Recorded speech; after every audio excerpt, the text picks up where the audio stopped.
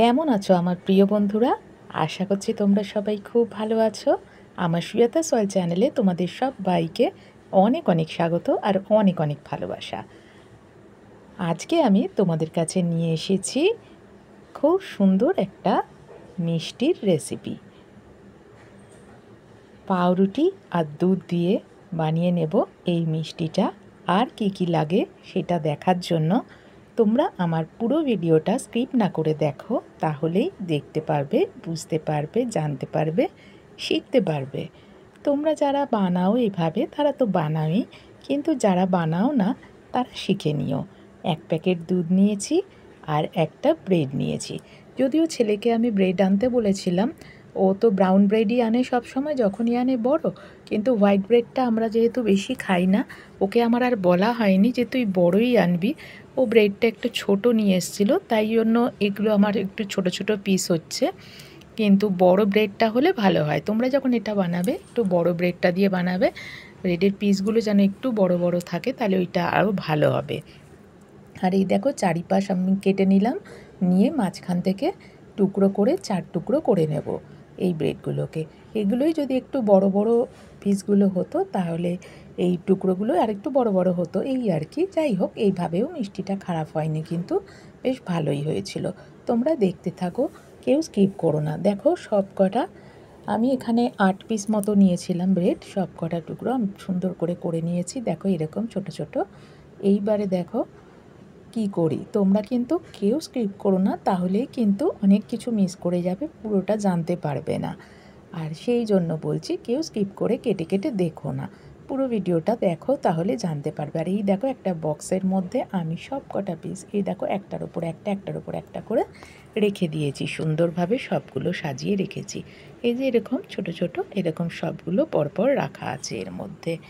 তারপরে দাঁড়াও তোমাদের দেখাচ্ছি এরপরে আমি কি করব। এই যে দেখো এখানে আমি দুধটা জাল দিচ্ছি, আর আমি এইখানে একটা 10 টাকার আমুল দুধের প্যাকেটও নিয়ে নিয়েছি। এই যে দেখো ওই যে ছোট 10 টাকার আমুল দুধের প্যাকেট হয় যে, সেই একটা দুধের প্যাকেটও নিয়ে নিয়েছি।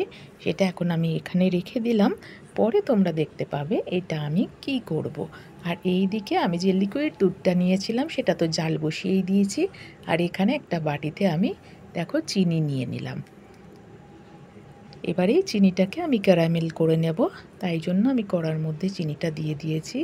চিনিটা দিয়ে এই দেখো আমি ভালো করে নাড়াচাড়া করতে থাকলাম। এবারে চিনিটা দিয়ে আমি একটু ক্যারামেল তৈরি করব।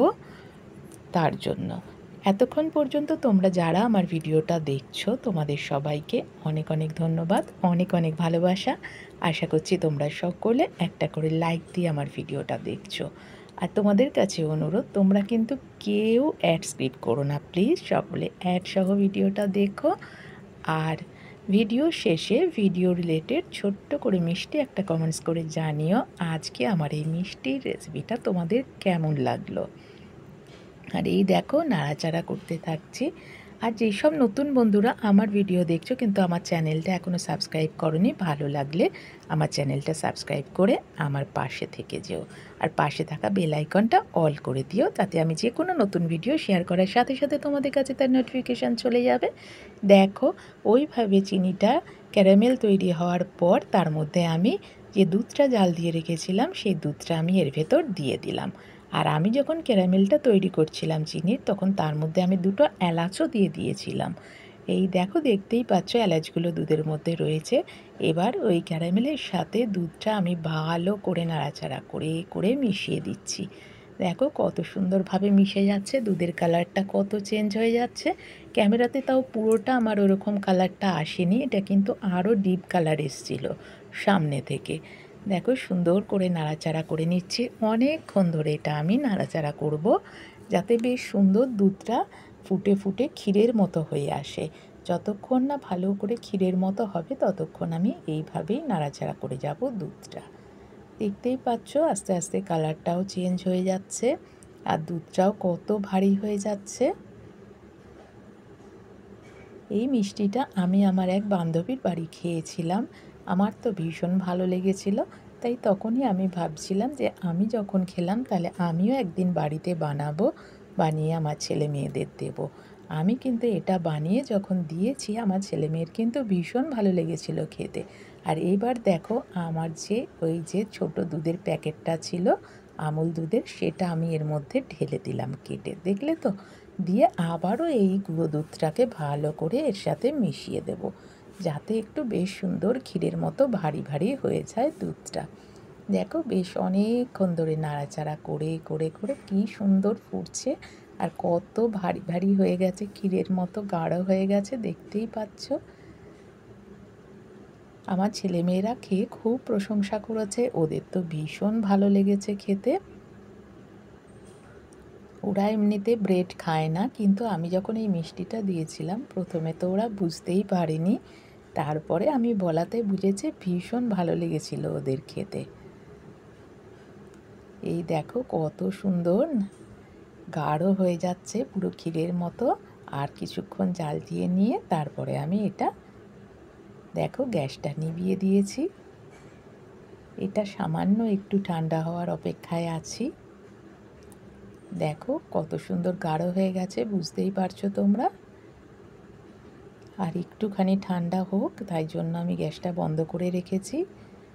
সামান্য একটু ঠান্ডা হলেই, একদম ঠান্ডা না, উষ্ণ হবে যখন, তখন আমি কি করব, এবারে তোমরা দেখো।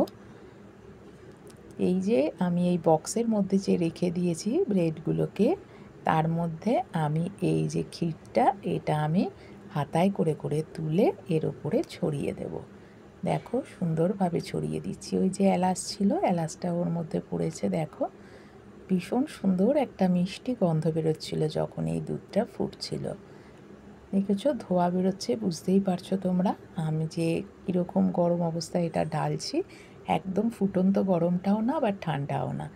দেখো পুরো চারিদিক দিয়ে ছড়িয়ে ছড়িয়ে আমি এর মধ্যে ওই ক্ষীরটা দিয়ে দিয়েছি। দেখো দেখতেই পাচ্ছ একদম তলা অবধি চলে গেছে, পুরো ব্রেডগুলো সব ভিজে গেছে এই ক্ষীরে, আর ভালো করে পুরো শুষে নিচ্ছে ব্রেডের মধ্যে এটা। এবারে আমি কিন্তু এইটা দেখো সুন্দরভাবে ভরে রেখেছি, প্রতিটা ব্রেডই কিন্তু চুবে গেছে। আর এখানে আমি একটু কাজু কুচিয়ে রেখে দিয়েছিলাম, এখানে তোমরা অন্য কিছু ড্রাই ফ্রুটসও দিতে পারো তোমাদের পছন্দ মতো।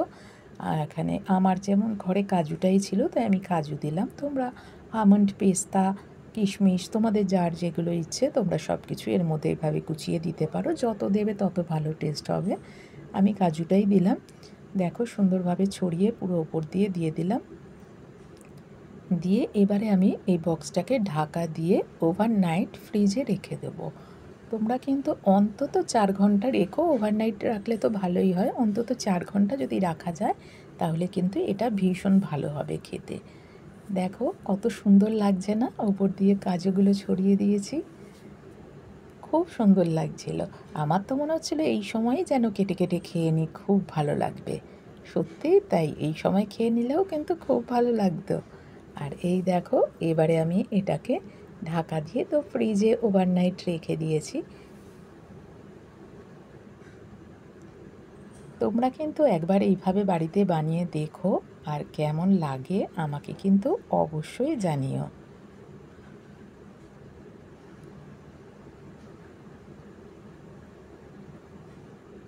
তারপরে দেখো পরের দিনকে আমি সকালবেলায় এইটা যখনই বার করলাম, এবার দেখো তোমাদের দেখাচ্ছি এটা কত সুন্দরভাবে জমে গেছে, দেখেছো? এই দেখো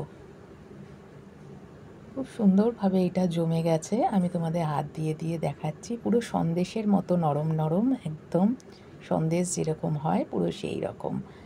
যেহেতু আমার ছেলে বেরিয়ে যাবে, ওকে একটু দেব, সেই জন্য আমি তাড়াতাড়ি করে খুন্তি দিয়ে একটুখানি কেটে নিলাম। হুটোপাটি করেই না কোনো কাজই হয় না, ধীরে সুস্থে করলে সব কাজ ঠিক হয়। আমি তো জানতাম না ও তাড়াতাড়ি বেরিয়ে যাবে, তাহলে আমি ওকে আগেই কেটে রাখতাম দিয়ে দেওয়ার জন্য। আমি তো রান্না নিয়ে ব্যস্ত ছিলাম, এবার ও যেহেতু বেরোবে তাই আমি তাড়াতাড়ি করেই কেটে আগেই ওকে দিয়ে দিলাম। তাই তাড়াহুড়ার চোটে ঠিক মতো কেটে উঠতেও পারিনি। তবুও দেখো কত সুন্দর লাগছে মিষ্টিগুলো দেখতে, খেতেও কিন্তু খুব সুন্দর হয়েছিল। তারপরে দেখো একে একে কেটে নিয়েছি। তোমরা কিন্তু অবশ্যই একবার বাড়িতে এইভাবে বানিয়ে দেখো, আর কেমন লাগে আমাকে জানাতে ভুলো না কিন্তু। শুধু কাটাটা আমি ঠিকমতো কাটতে পারিনি, তাড়াহুড়া করে কেটেছি বলে। তোমরা আরেকটু সুন্দরভাবে ছুরি দিয়ে ভালোভাবে কেটে নিও, তাহলে কাঁটাটাও খুব সুন্দর হবে। চলো আজ এই পর্যন্ত, সবাই খুব ভালো থেকো, টাটা।